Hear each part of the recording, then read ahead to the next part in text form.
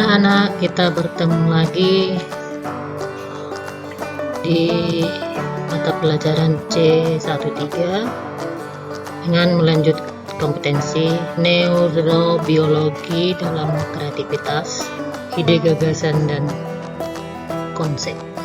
Neurologi itu mungkin ilmu yang mempelajari tentang kinerja saraf. Ini biasanya dipelajari di biologi ya, yang mempelajari sistem saraf, fisiologi, dan hubungannya dengan perilaku manusia. Otak kita secara garis besar dibagi menjadi dua bagian, atau dalam bahasa kedokteran disebut dengan hemisfer.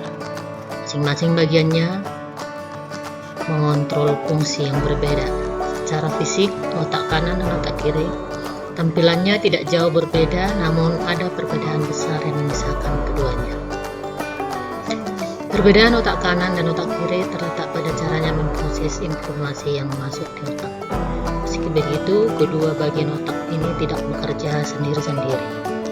Teori tentang perbedaan otak kanan dan otak kiri itu dikemukakan oleh seorang peneliti bernama Roger Sperry pada tahun 60-an. Berdasarkan teori Sperry, setiap orang memiliki kecenderungan untuk memakai otak kanan atau otak kirinya.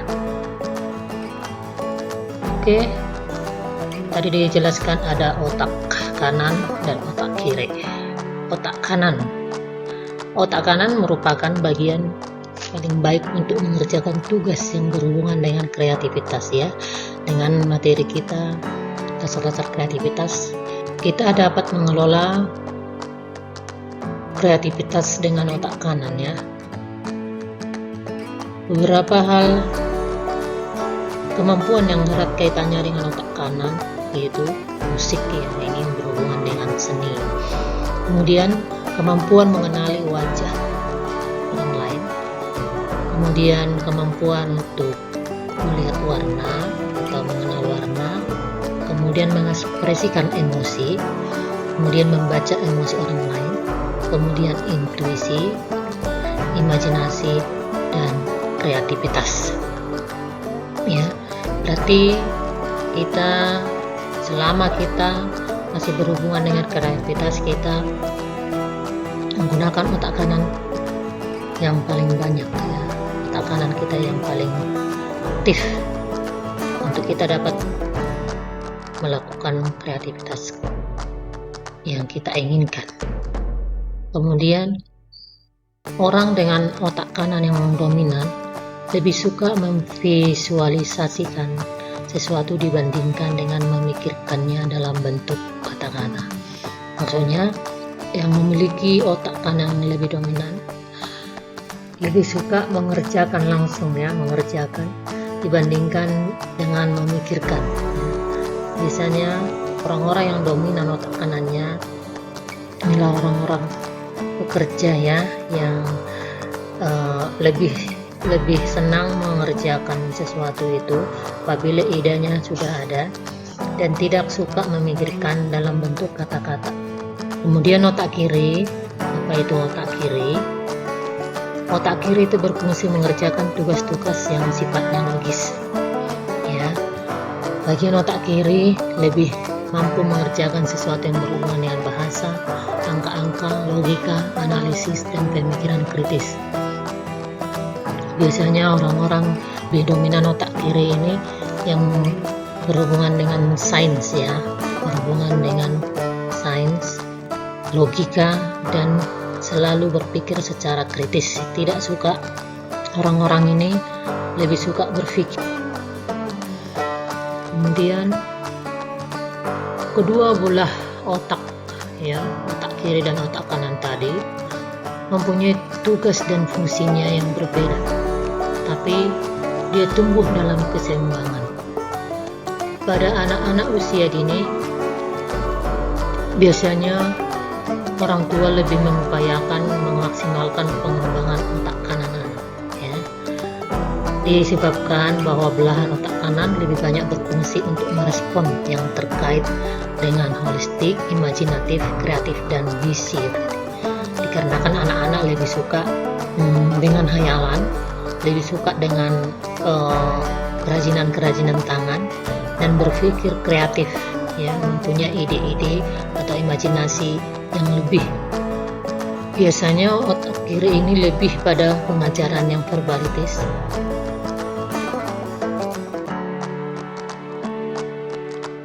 Oke, kita lanjut ke dimensi kreativitas. Dimensi kreativitas menurut Rhodes tahun 1991 terbagi menjadi 4, yang sering disebut dengan the four of creativity, yang berisi 1. Person, proses, product, dan press. Apa saja itu? Person atau pribadi, yaitu pribadi kita, orangnya. Kemudian kreatif yang melibatkan diri dalam proses ya, kreatif, dan dengan dorongan atau dukungan, itu press, didorong atau didukung lingkungan ataupun orang tua, kemudian menghasilkan produk. Kreativitas dalam dimensi person yaitu upaya mendefinisikan kreativitas yang berfokus pada individu atau person kita, ya, yang dapat disebut dengan kreatif. Menurut ahli Guilford menerangkan bahwa kreativitas merupakan kemampuan atau kecakapan yang ada dalam diri seseorang. Hal ini erat kaitannya dengan bakat.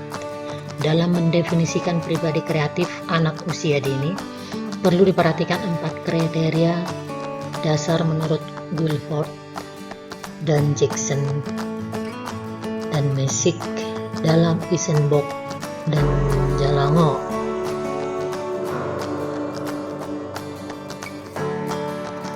Satu, original, ya, original, yaitu asli, ya, asli. Itu perilaku yang tidak biasa atau di luar dugaan. Apa yang kita ada di otak kita itu yang keluar, itu biasanya ada di pikiran anak-anak. Dia masih asli, apa yang dia ada di otaknya itu yang disebutkan. Kemudian sesuai dan berkaitan, appropriate dan relevan. Perilaku kreatif memiliki kesesuaian dan berkaitan dengan tujuan seseorang ketika ia membuat sesuatu. Ini perilaku kreatif ini yang dimaksud memiliki kesesuaian dan berkaitan dengan tujuan yang direncanakan seseorang sebelumnya. Kemudian kelancaran, fluent, yang menghasilkan sesuatu yang baru dalam bentuk yang berarti. Perilaku kreatif menunjukkan kelancaran yang berkaitan dengan kreativitas dan dapat disamakan dengan kelancaran dalam berbahasa. Biasanya ini seorang anak dapat menghasilkan sebuah ide dengan mudah setelah menghasilkan ide sebelumnya.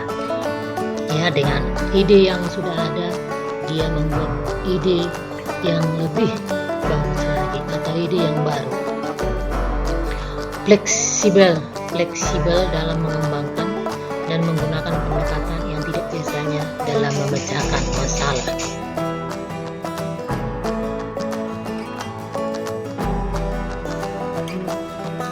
Kematangan kreativitas seseorang biasanya menekankan pada 3 hal, yaitu keahlian dalam kemampuan teknis dan artistik, kemampuan kreativitas seseorang, dan motivasi intrinsik. Seorang anak secara jelas memiliki pengalaman yang sedikit dibandingkan dengan orang dewasa, itu sudah jelas, ya. Pengalaman karena di dalam umurnya, sesuai dengan umurnya, anak memiliki pengalaman yang sangat sedikit. Oleh sebab itu, mereka memiliki sedikit keahlian dan nilai bekerja mereka belum berkembang dengan baik. Kematangan kreativitas seseorang biasanya menekankan pada 3 hal, yaitu keahlian dalam kemampuan teknis dan artistik, kemampuan kreativitas seseorang, dan motivasi intrinsik. Seorang anak secara jelas memiliki pengalaman yang lebih sedikit dibandingkan.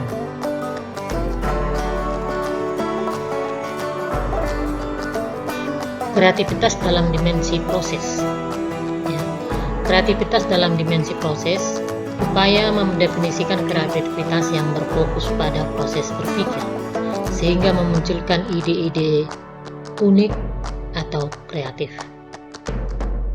Kreatif menurut Munandar 1977 dalam Rene Akbar Hawadi dan kawan-kawan di dalam bukunya, creativity is a process that manifests in self-influence, in flexibility, as well in originality of thinking.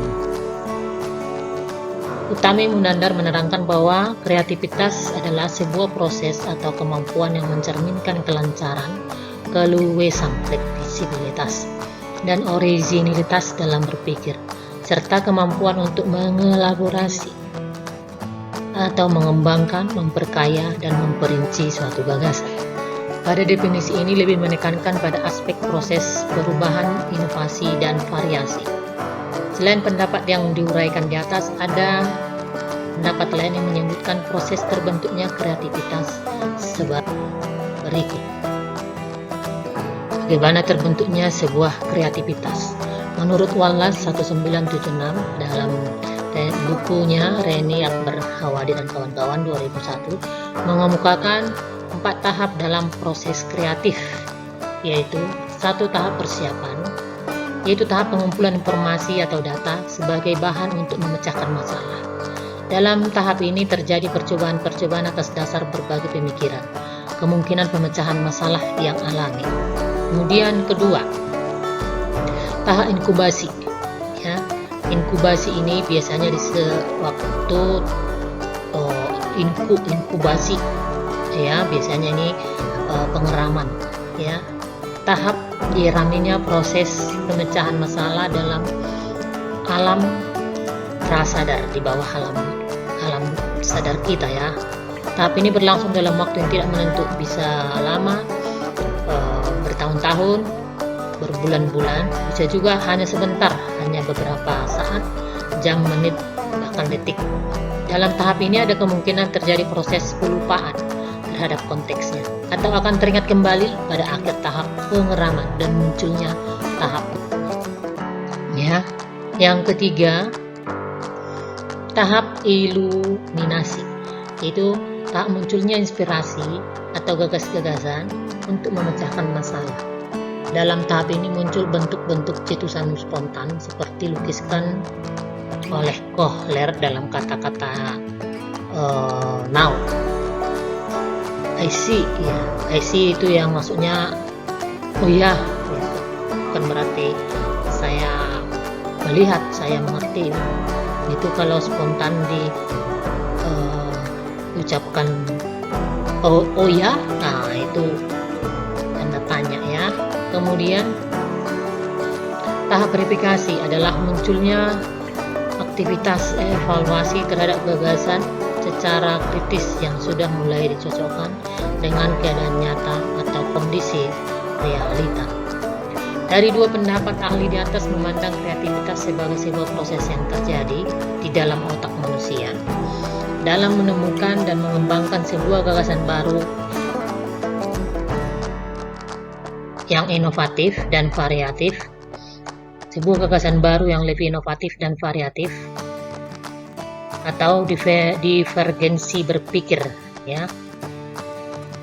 Proses kegiatan kreatif bagi anak usia dini merupakan sebuah program yang memberikan kesempatan dan tempat untuk mereka mengekspresikan pikiran, ide, perasaan, aksi, dan kemampuan dalam berbagai penggunaan media dan aktivitas.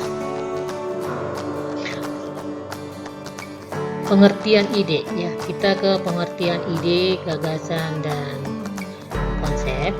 Pengertian ide dalam Kamus Besar Bahasa Indonesia KKBI, ide adalah rancangan yang tersusun di pikiran. Artinya sama dengan gagasan atau cita-cita.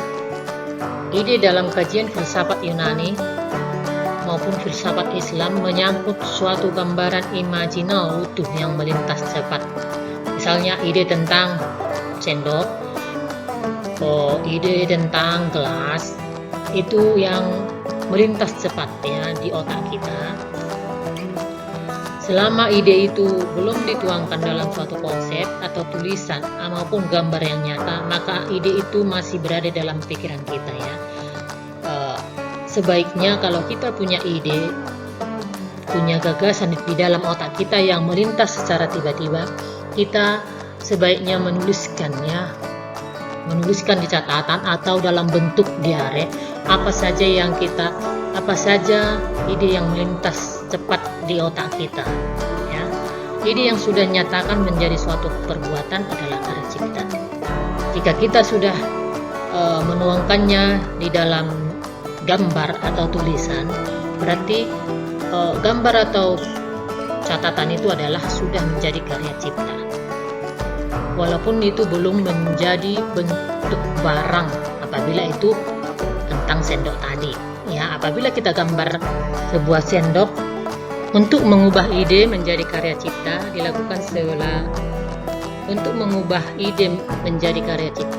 dilakukan serangkaian proses berpikiran logis, dan seringkali realisasinya memerlukan usaha yang terus-menerus, sehingga antara ide awal yang muncul di pikiran dan karya cipta satu sama lain saling bersesuaian sebagai kenyataan.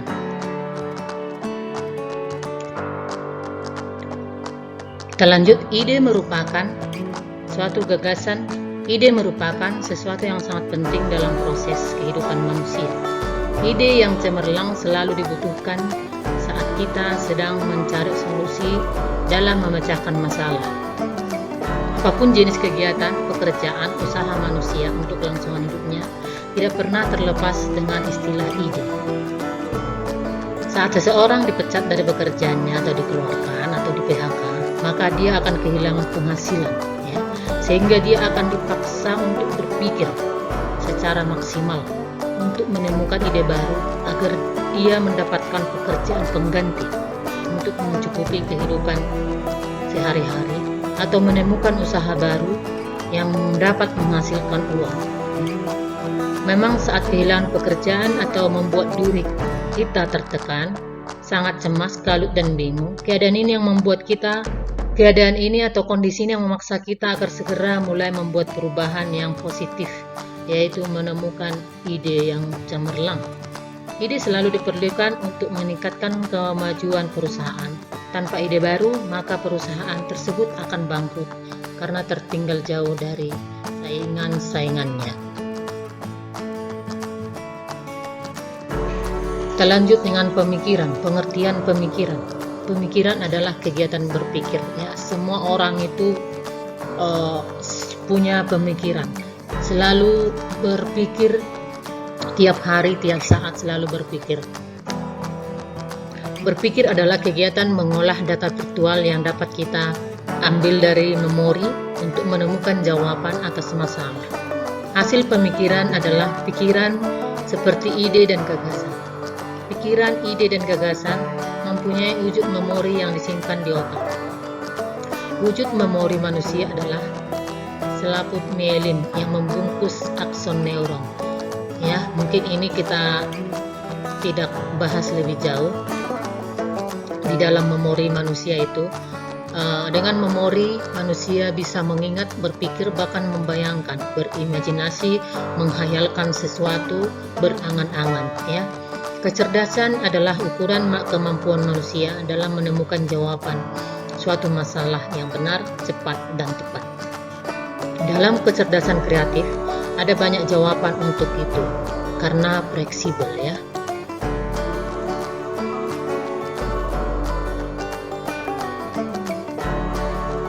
Ada dua cara penyimpulan dalam pemikiran manusia.